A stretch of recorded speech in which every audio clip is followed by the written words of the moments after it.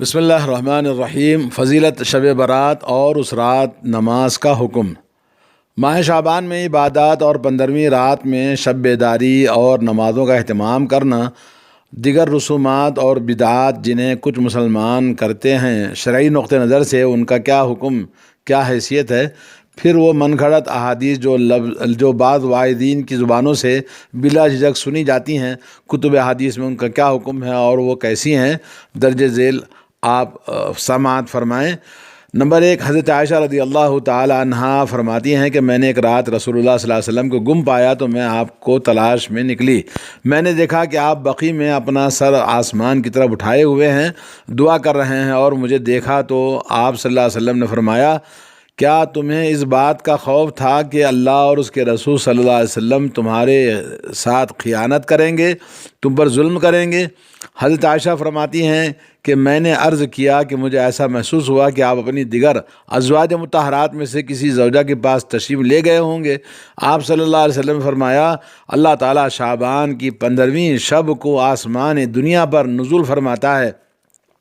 اور قبیلے بنو کلب کی بکریوں کے بالوں سے زیادہ لوگوں کے گناہوں کی بخشش فرماتا ہے۔ ترمذی اور ابن ماجہ و مسند احمد کی حدیث ہے، اور اس حدیث میں امام ترمذی رحمۃ اللہ علیہ نے اس کو ضعیف قرار دیا ہے، اور شیخ البانی نے اس کو ضعیف الجامع میں ذکر کیا ہے۔ اس کی سند میں حجاج ابن ارطاط راوی با اتفاق محدثین ضعیف اور مدلس ہے۔ امام ترمذی نے اس حدیث کو بیان کرنے کے بعد فرمایا کہ امام بخاری رحمۃ اللہ علیہ نے اس حدیث کو ضعیف قرار دیا، اور کہا کہ اس باب میں اور بھی ضعیف حدیث موجود ہیں۔ علامہ شوکانی نے فرمایا کہ اس حدیث میں ضعیف ہے اور انقطاع ہے، ضعف اور انقطاع ہے، اور اس طرح امام بخاری نے کہا کہ عروہ سے یحییٰ بن کثیر کا سماع ثابت نہیں، اور نہ حجاج کا سماع یحییٰ سے ثابت ہے۔ ضعیف سنن ترمذی۔ اور اس رات میں نماز کا حکم، حضرت علی رضی اللہ تعالیٰ عنہ سے روایت ہے کہ رسول اللہ صلی اللہ علیہ وسلم نے فرمایا کہ جب شعبان کی 15ویں رات ہو، رات میں قیام کرو اور 15ویں رات تاریخ کا روزہ رکھو، کیونکہ اللہ تعالیٰ 15ویں رات کو غروب آفتاب کے بعد سے آسمان دنیا پر نزول فرماتا ہے اور منادی فرماتا ہے کہ ہے کوئی مغفرت کا چاہنے والا کہ میں اس کی مغفرت فرما دوں، ہے کوئی روزی کا طالب کہ میں اس کو روزی عطا کروں، اور ہے کوئی مصیبت زدہ جو دفع مصیبت کے طالب ہو میں اس کی مصیبت کو دور کر دوں۔ اس طرح صبح تک منادی فرماتا رہتا ہے۔ یہ حدیث سنن ابن ماجہ میں، یہ حدیث بھی موضوع اور من گھڑت ہے۔ اس کی سند میں ابو بکر بن عبداللہ بن محمد بن ابی صبرہ القرشی العامری مدنی ہے، جس کا نام محدثین عبداللہ اور محمد بتلاتے ہیں۔ یہ حدیثیں گھڑا کرتا تھا۔ امام بخاری اور دیگر محدثین نے اسے ضعیف قرار دیا۔ امام نسائی نے اس کو متروک کہا ہے، اور امام احمد اور ابن معین نے کہا یہ حدیثیں گھڑا کرتا تھا۔ سنن والمبتدعات کتاب المنار۔ اور اسی طرح سے نمبر 3 ہے، ام المومنین عائشہ رضی اللہ تعالیٰ عنہا سے روایت ہے، فرماتی ہیں کہ رسول اللہ صلی اللہ علیہ وسلم 15 شعبان کی رات کو کھڑے ہو کر نماز پڑھنے لگے تو آپ نے اتنا لمبا سجدہ کیا کہ میں نے گمان کیا کہ آپ کا انتقال ہو گیا ہے۔ پھر آپ نے فرمایا، اے عائشہ تم جانتی ہو یہ کون سی شب ہے، کون سی رات ہے؟ میں نے عرض کیا اللہ اور اس کے رسول زیادہ جانتے ہیں۔ تب آپ نے فرمایا، آج شعبان کی 15ویں شب ہے، اس شب میں اپنے گناہوں کی بخشش چاہنے والے اللہ تعالیٰ بخشش چاہنے والوں کو اللہ تعالیٰ مغفرت فرما دیتا ہے، اور رحم چاہنے والوں پر نظر رحمت فرماتا ہے، اور کینہ پرور کو اس کے حال پر چھوڑ دیتا ہے۔ یہ حدیث مرسل ہے، اور اس حدیث کو امام بیہقی نے علاء ابن حارث کے حوالے سے بیان کیا ہے، جبکہ علاء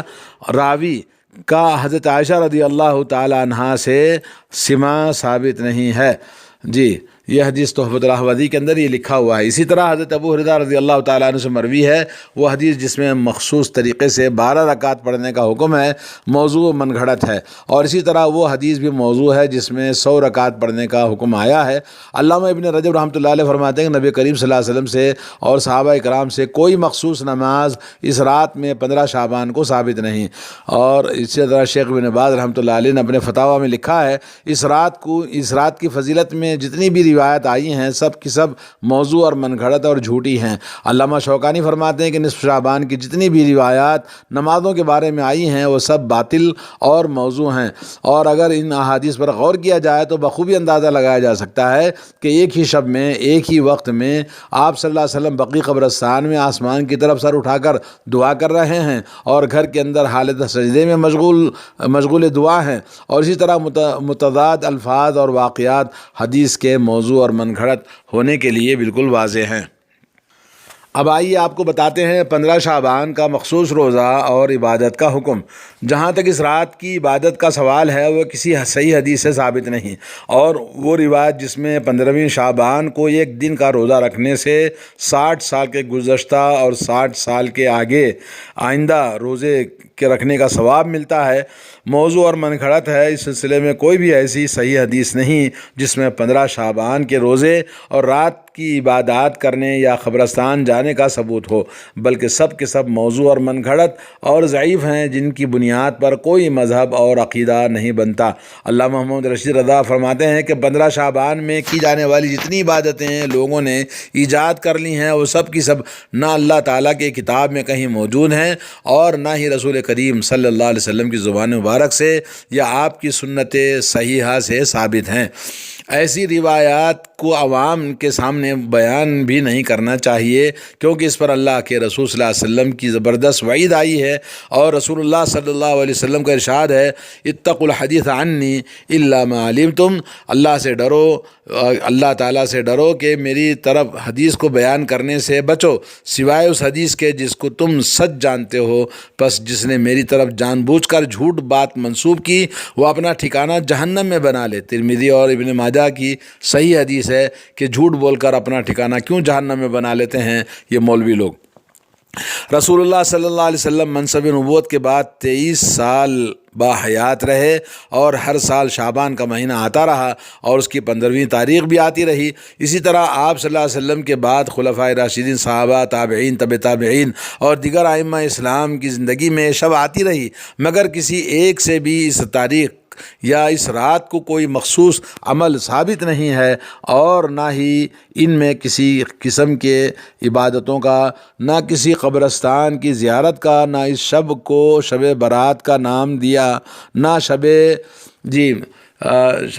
برات کا نام دیا، نہ شب قدر جیسا اس کو سمجھا گیا، نہ ہی انہوں نے عید کی طرح تہوار منایا، نہ حلوہ پکایا، نہ ہی پٹاخے چھوڑے وغیرہ وغیرہ جتنے بھی ہمارے ہاں سب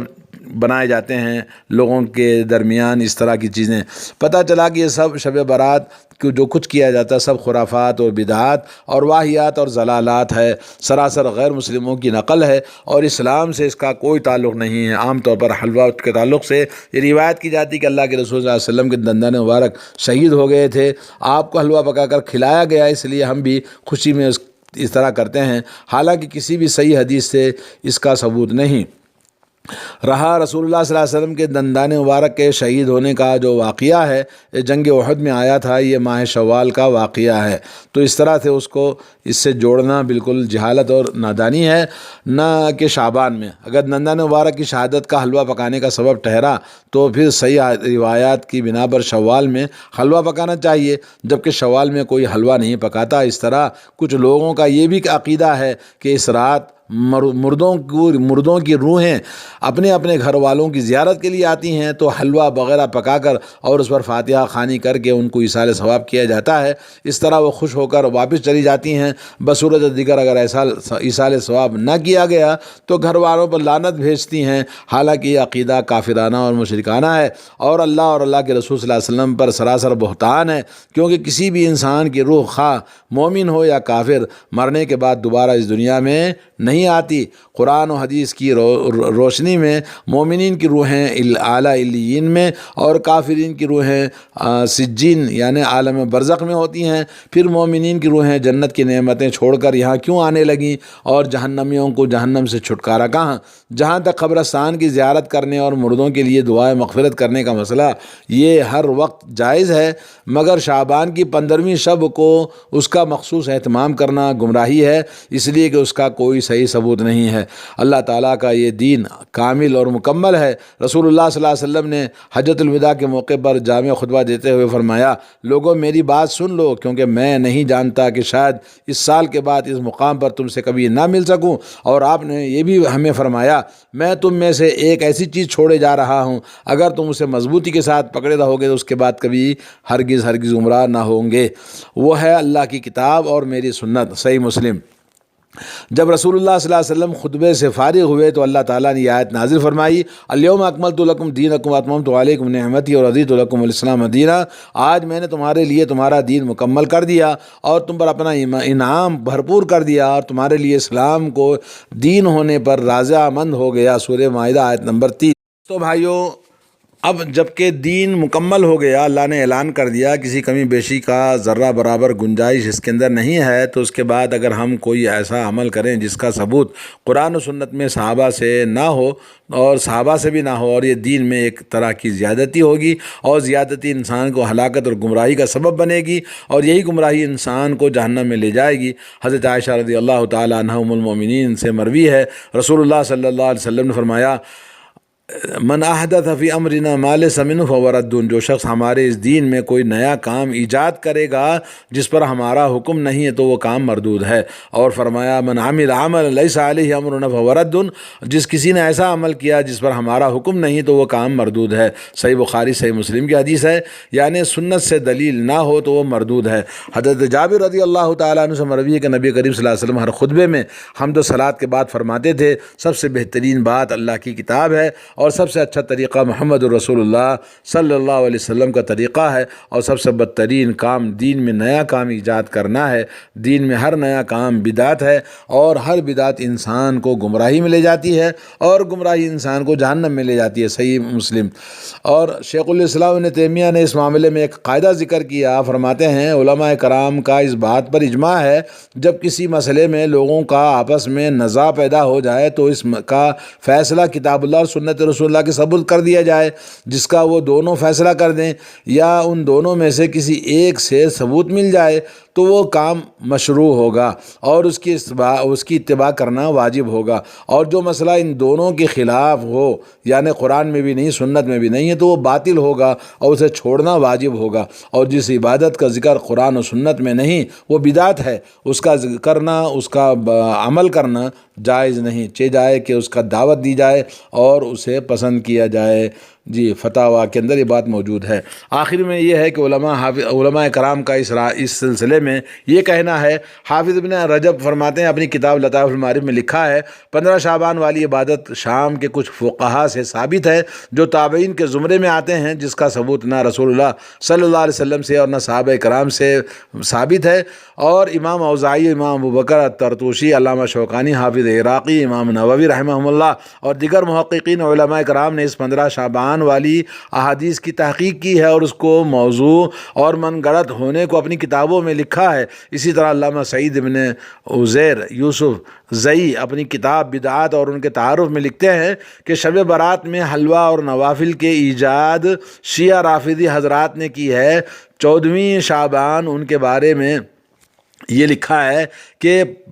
14 شعبان کی رات یعنی 15 کی رات کو امام مہدی غائب کی پیدائش کا دن ہے۔ ان کی پیدائش کی خوشی میں رافضی حلوہ پکاتے ہیں، چراغاں کرتے ہیں اور پٹاخے وغیرہ بھی پھوڑتے ہیں۔ اور 15 شب جسے شب برات یعنی بیزاری کی رات کہا جاتا ہے، اس میں مہدی منتظر کے نام عرضیاں چٹیاں لکھ کر دریاؤں میں ڈالتے ہیں اور موجودہ قرآن مجید سے بیزاری کا اعلان کرتے ہوئے مہدی منتظر ان کا قرآن جلد لے کر آنے کی درخواست کرتے ہیں۔ اور یہ ہے شب برات کی حقیقت جو سنیوں میں غیر شعوری طور پر مختلف واقعات کی آڑ میں شیعہ رافضیوں نے اس کو عام کر دیا ہے۔ اللہ تعالی ہمیں ہدایت نصیب فرمائے اور سمجھ عطا فرمائے۔ یہ شیعہ کا دین بہت سارا یہ